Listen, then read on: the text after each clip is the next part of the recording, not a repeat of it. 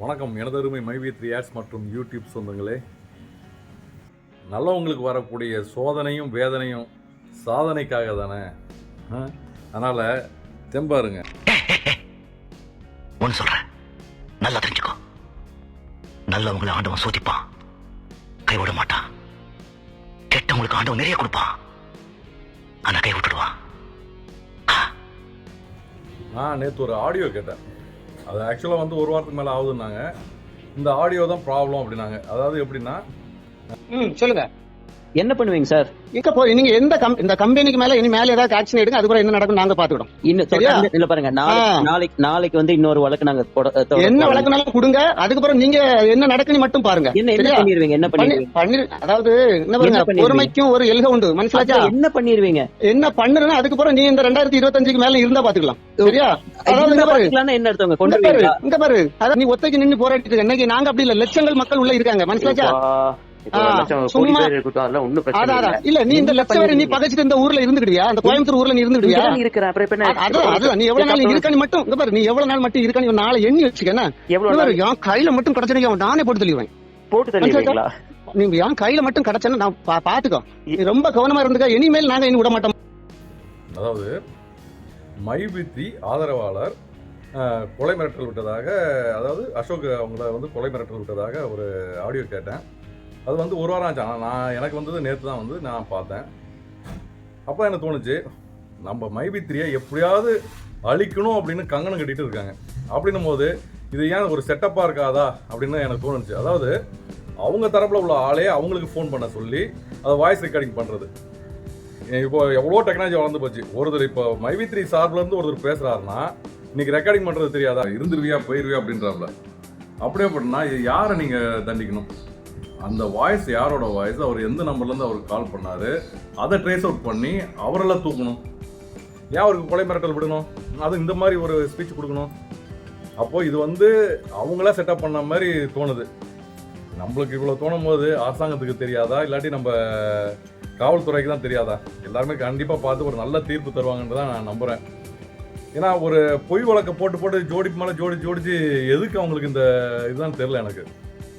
ஒருத்தர் நல்லது செய்தாருன்னா உங்களால் முடியாட்டா நீங்கள் விட்டுட்டு போங்க. ஒருத்தர் நல்லது ஒரு மனுஷன் இறங்கி செய்கிறாரு, அவருக்கு ஏன் இவ்வளோ சோதனைகளும் வேதனையும்? எதுக்கு இப்படி பண்ணுறீங்க? எனக்கு ஒன்றும் புரியல. இப்போது கம்பெனியில் பயணிக்கிறவங்க யாரும் ஏதாவது கம்ப்ளைண்ட் பண்ணல. இப்போ 2 மாதம் பேமெண்ட் நிப்பாட்டினாங்க, நாங்களாங்க அதுக்கு வருத்தப்படணும். நீங்கள் அதுக்கெலாம் சொல்ல வேண்டிய அவசியமே இல்லை. ரெண்டாவது ஃபேக்குன்றீங்க. ஃபேக்குன்றதுக்கு உங்கள்கிட்ட என்ன ஆதாரம் இருக்குது? எத்தனையோ கம்பெனி விட்டுட்டு போனாங்க, அதை யாரும் கண்டுக்க மாட்டீங்க. அது இல்லாமல் ஒருத்தர் சொல்கிறாரு, சோம்பேறி செய்கிற வேலை இது வந்து தடை பண்ணுங்கன்றாரு. சோம்பேறி செய்கிற வேலை தான். ஒருத்தரை குடிக்க வச்சு அடிக்ட் ஆகி உட்கார வச்சுருக்கோமே, அது என்ன செய்கிற வேலை? அது நம்ம நாட்டுக்கு ரொம்ப பிரம்மாண்டமான வேலையா? அதுமாரி இந்த சூதாட்டம், இதில் ஆன்லைன் ரம்மி, இதெல்லாம் நம்ம நாட்டுக்கு அப்படி ரொம்ப பிரம்மாண்டமான அப்படியே முன்னேற்றத்தை கொண்டு போகிற பாதை.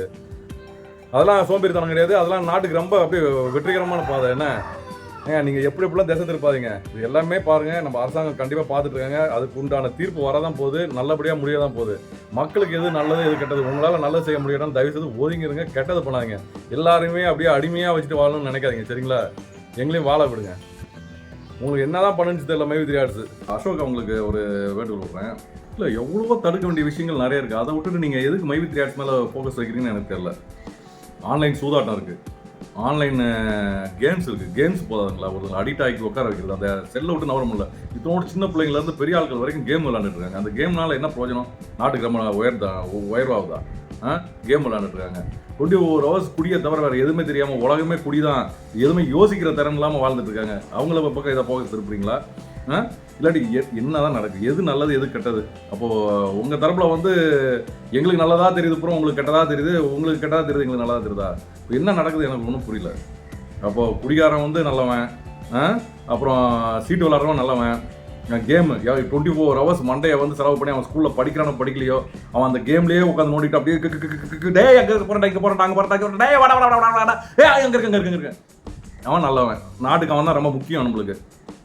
ஒருத்தன் தான் உழைச்சி தான் குடும்பத்தை உயர்த்தி கொண்டு வரணும்னு நினைக்கிறவன் நாட்டுக்கு அன்ஃபிட்டு. நல்லது செஞ்சாலும் நம்ம நாட்டுக்கு அன்ஃபிட்டு தானே? என்ன நோக்கத்தில் தான் வருதுன்னு தெரியல. தம்பி கொஞ்சம் பார்த்துட்டு செய்யுங்க. ஒரு 10 இது இத்தனை பேரோட சாபம் இல்லை உங்களுக்கு. எத்தனை பேர் நாங்கள் இதில் பாதிச்சிருக்கோன்னு உங்களுக்கு தெரியாது. இப்போ உங்களுக்கு என்ன பிரச்சனை? அப்படியே தோல்வி அடைஞ்சாலும் நாங்கள் இல்லைங்க சார் பாதிக்கிறோம். நீங்கள் ஏன் அவ்வளோ இதாக வரீங்க? எவ்வளோ சப்ஜெக்ட் இருக்குது நாட்டுக்குள்ள, அதை விட்டுட்டு இதுக்கு ஏன் வரீங்கன்னு எனக்கு தெரியல. தயவுசெய்து உங்கள் பொழப்ப பாருங்க தம்பி. அடுத்தவங்க காசு ஆட்டை போட நினைக்காதீங்க. வந்து கமெண்ட்ஸில் பார்த்தா தான் தெரியுது. உழைச்சி சம்பாதிங்க. இப்படி ஆடியோ போட்டு சம்பாதிக்கலாமா?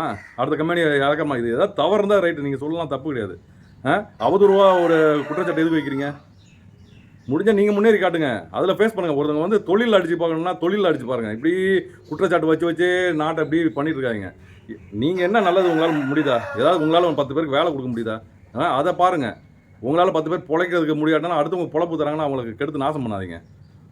என்னப்பா மர்டர் கேஸா? ஃபைனான்ஸ் கம்பெனி எதுவும் நடத்தினியா? இல்ல. செக்ஸ் படம் எடுத்து நெட்ல விட்டியா? இல்ல. பின்ன என்னதான் தப்பு பண்ண? நாட்டுக்கு நல்லது பண்ண. அப்போ உள்ள தள்ள வேண்டியதுதான்.